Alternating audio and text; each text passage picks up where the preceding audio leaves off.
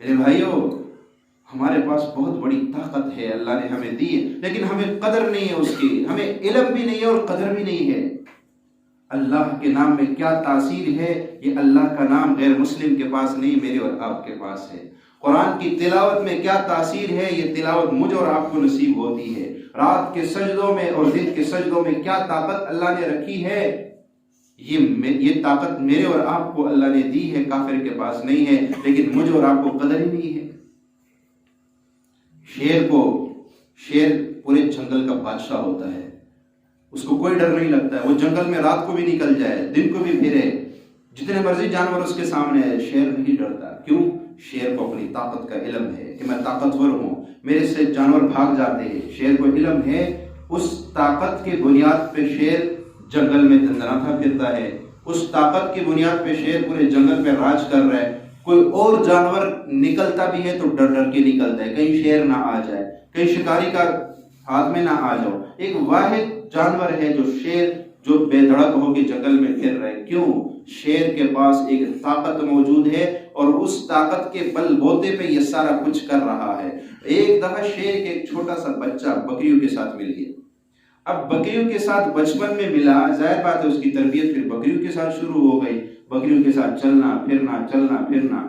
ایک دفعہ جنگل میں شیر آ گیا، بکریاں سب دیکھ رہی کہ شیر آیا تو کوئی بکری ادھر بھاگے، کوئی ادھر بھاگے۔ شیر کا بچہ جو بچپن سے ہی رہ رہا تھا وہ بھی بھاگنا شروع ہو۔ اب شیر نے جب دیکھا کہ بکریاں تو بھاگ رہی لیکن اس کو اپنا ایک نظر آ گیا، اس نے کہا یہ تو میری نسل کا ہے، یہ کیوں بھاگ رہا ہے؟ اب اس کو باقی کی فکر نہ لگی، اس کو اس کی فکر لگی کہ یہ کیوں بھاگ رہا ہے۔ وہ اس کے پیچھے دوڑ لگا، بڑے مشکل سے جا کے اس کو قابو کیا، اس کی منت سجاوت کو، بھائی میں تجھے کھانے نہیں آیا ہوں، تو میرا اپنا ہی ہے، دیکھ اس وہ نہ مانا، وہ ڈرے، وہ نہیں تو مجھے کھائے گا۔ اس نے بڑی مشکل سے لا کے کہا کہ ایک تالاب کے پاس لے کے آیا، اب پانی میں اپنا چہرہ تو نظر آتا ہے بندے کو۔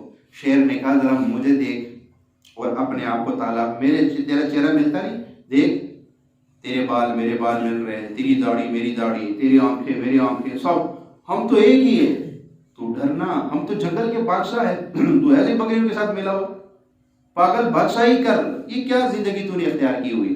تب اس کو سمجھو وہ اچھا میں اتنا طاقتور ہوں، میں تو ساری زندگی بکریوں کے ساتھ پھرتا رہا، تو آج مجھے پتا چلا کہ میں بڑا طاقتور ہوں۔ تو ہم مسلمان بھی وہی ہے، ہمارے پاس شیر جتنی طاقت ہے لیکن ہم بکریوں کے ساتھ مل گئے، مغربی تہذیب کے پیچھے بھاگ گئے، وہاں کامیابیاں ڈھونڈ رہے، قرآن کو پستے پوش ڈالا، نبی کے حدیثوں کو ڈالا، کسی چیز کو نبی نے مسنون دعائیں قدم قدم پہ بتائی، ان کو نہیں اختیار کر رہے، اور جناب پھر رو رہے ہیں، پریشان ہے۔ یہ آنکھوں میں اللہ نے آنسو کس لیے دیے کہ جب تو پریشان ہو تو یہ آنسو کو بہا دیا کر، یہ طاقتور آنسو یہ جو تجھے میں نے دیا ہے اس کو لوگوں کے سامنے نہ بہایا کر، رات کے تنہائی میں اٹھ کے میرے سامنے بہا، پھر دیکھ میں عرشوں سے تیرے لیے کیا فیصلے کرتا ہوں۔ ہاں، ایک آدمی تھا، وہ لوگوں کے سامان لے کے ایک شہر سے دوسرے شہر جاتا تھا۔ ایک دفعہ لوگوں نے اس کو اپنا سامان دیا تو اس نے، لوگوں کی امانتیں تھی اس کے پاس، اب اس نے ایک شہر سے دوسرے شہر جا کے اس سامان کو منتقل کرنا تھا، تو ایک چور ڈاکو اس کو ملا۔ اس نے کہا کہ آپ نے فلاں شہر جانا ہے؟ کہا جی ہاں۔ کہا مجھے بھی ساتھ لے چلتے ہیں، میں نے بھی جانا ہے وہاں پہ۔ ٹھیک ہے، اچھی بات ہے، چلتے جب شہر سے یہ باہر نکلے، انہوں نے دوسرے شہر جانا تھا، تو اس چور ڈاکو نے اس سے کہا کہ آپ نے کس راستے سے جانا ہے؟ اس نے کہا عام جو راستہ لوگ جس پہ عام دو رفت ہے، میں اسی سے جاؤں گا، میرے پاس لوگوں کی امانتیں ہیں۔ اس نے کہا اگر تم میرے بات پہ جو ہے اعتماد کر لے تو یہ اس جنگل سے میں تجھے ایک شارٹ کٹ راستہ بتاتا ہوں جس سے ہم اس شہر میں بہت جلدی پہنچ جائیں گے، اور اس جنگل میں پھل میوے بھی بہت ہے، ہمیں بھوک کا کوئی مسئلہ نہیں ہوگا، پانی بھی بہت ہے اس کا بھی کوئی مسئلہ نہیں ہوگا، چارہ بھی بہت ہے، ہمارے جانور چارہ کھائیں گے اس کا بھی کوئی مسئلہ نہیں ہوگا۔ اس نے کہا یہ بات تو تیری ٹھیک ہے، پر کبھی میں اس جنگل والے راستے سے گیا ہی نہیں ہوں۔ چور نے کہا یہ میں تو کئی دفعہ گیا ہوں، مجھے تو یہ سارا راستہ معلوم ہے، آپ میرے ساتھ چلے، مجھ پہ اعتبار کریں۔ اس نے کہا ٹھیک ہے چلتے ہیں۔ تو زمانہ ہی ایسا تھا، لوگ سادے تھے، بڑی جلدی ایک دوسرے پہ اعتبار کر لیا کرتے تھے۔ اب اس نے کہا اچھا بندہ ہے، چلو مسافر ہے، ساتھی ہے میرا، تو چلتے۔ اب وہ اس نے سواری کا جو ہے رخ موڑا اور جنگل کی طرف ہو لیا۔ چلتے چلتے جب جنگل کے درمیان پہنچے، اس آدمی نے اپنا نیزہ اور تلوار نکالا اور نکال کے کہا کہ بس اب تیرا آخری وقت ہے، یہ دیکھ۔ اب جتنے وہاں پہ کھوپڑیاں پڑی ہوئی تھی، اس نے کہا کتنے لوگوں کو میں دھوکے سے یہاں لایا ہوں، قتل کیا، یہاں پھینک دیا، سامان لیا اور چلے گئے، پتہ ہی نہیں چلا آدمی کا، اب تیرا بھی آخری وقت ہے۔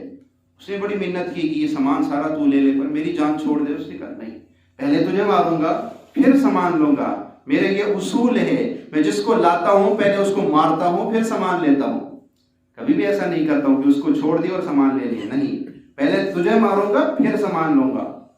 اس نے کہا اچھا پھر میری آخری ایک خواہش ہے، بات وصیت ہے، وہ منظور کر لے۔ اس نے کہا بتا۔ کہا کہ میں 2 رکعت نفل پڑھنا چاہتا ہوں، بس مجھے صرف 2 رکعت نفل پڑھنے دے، بس اس کے بعد پھر تیرا دل چاہے کر لینا، مرنا تو اب ویسے ہی میں نے۔ اس نے کہا یہ جتنی کھوپڑیاں تجھے نظر آ رہی ہے نا، انہوں نے بھی سب نے آخر یہی وصیت کی تھی کہ ہمیں 2 رکعت نفل پڑھنے دے۔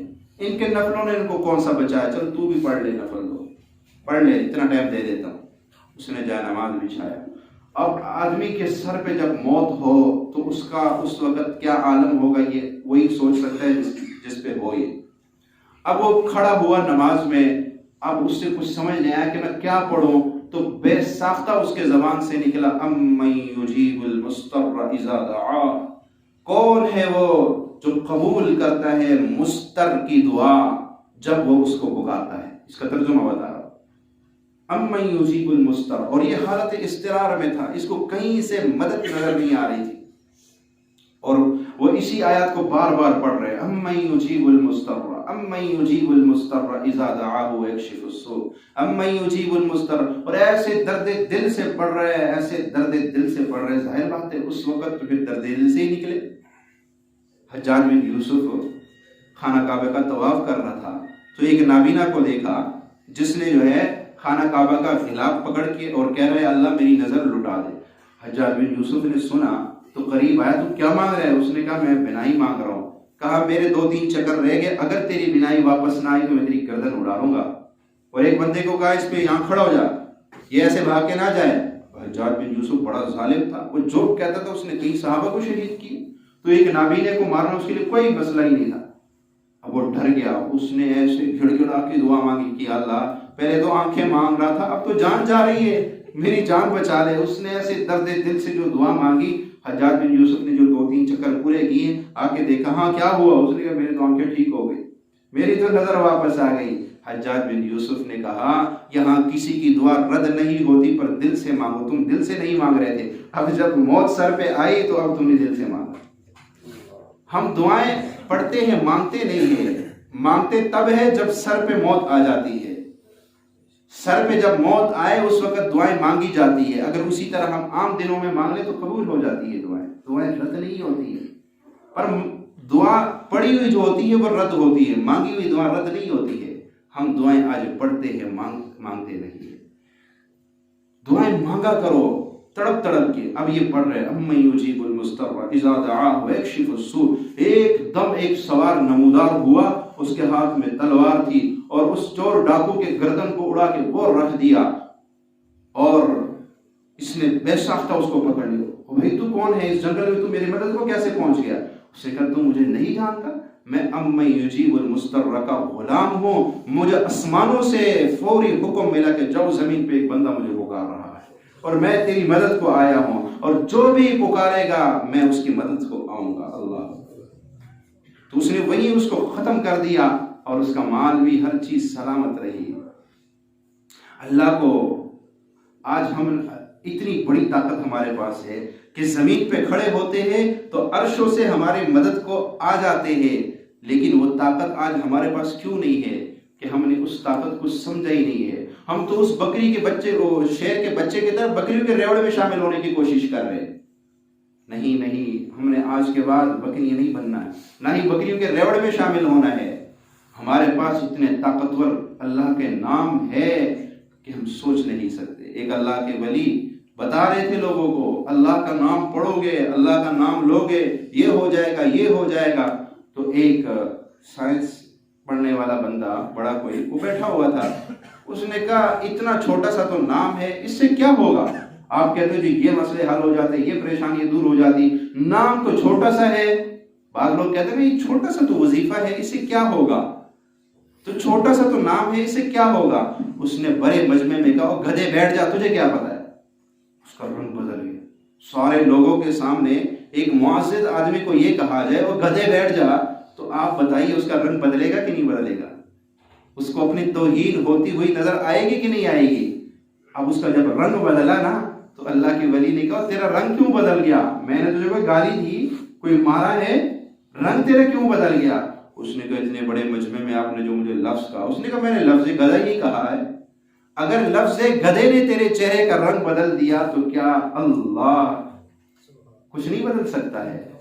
کیا اللہ کا نام لینے سے، اللہ کے آگے آہوزاری کرنے سے، اللہ کے آگے سجدے کرنے سے قرضے نہیں دور ہو سکتے ہیں، پریشانیاں نہیں دور ہو سکتی ہے، بیماریاں دور نہیں ہو سکتی ہے؟ اور ہو سکتی ہے، پر یہ طریقہ ہمیں بچپن سے کسی نے نہیں سکھایا تھا، ہمیں بچپن سے کسی نے نہیں سکھایا تھا۔ میں دم درود تعویذ کے خلاف نہیں ہوں، ہمارے اکابرین کرتے آ رہے ہیں، لیکن ہمارے یہاں بھی بس کوئی مسئلہ ہو تعویذ دے دو میری پریشانی دور ہو جائے، اور کوئی دم کر دو۔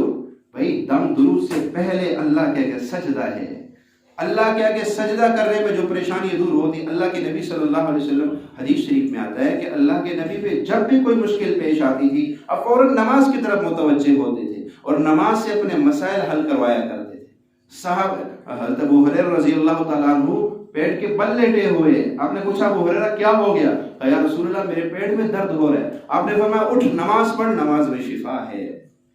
آج ہم اپنے پریشانیوں میں نماز کی طرف نہیں آتے ہیں، قرآن کی طرف نہیں آتے ہیں، مسجد کی طرف نہیں آتے، اللہ کے آگے گڑ گڑاتے نہیں ہیں، تب ہی تو پریشانیوں نے ہمیں چاروں طرف سے گھیر لیا ہے۔ اگر آج بھی وہی مدد اللہ تعالیٰ کوئی کمزور نہیں ہوا، کوئی غافل نہیں ہوا، اس کے طاقت میں کمزوری نہیں آئی، وہی طاقت آج بھی موجود ہے جس طاقت سے بدر کے اندر فرشتے مدد کو آئے تھے، جس طاقت سے احد اور حنین کے اندر فرشتے مدد کو آئے تھے، وہی طاقت آج بھی اللہ کے عرشوں میں موجود ہے جس طاقت نے آ کر ایک جنگل کے اندر ڈاکو کے سر کو کاٹ کے رکھ دیا، پر وہ آوازیں، وہ درد، وہ آج مسلمانوں کے اندر ختم ہو چکے۔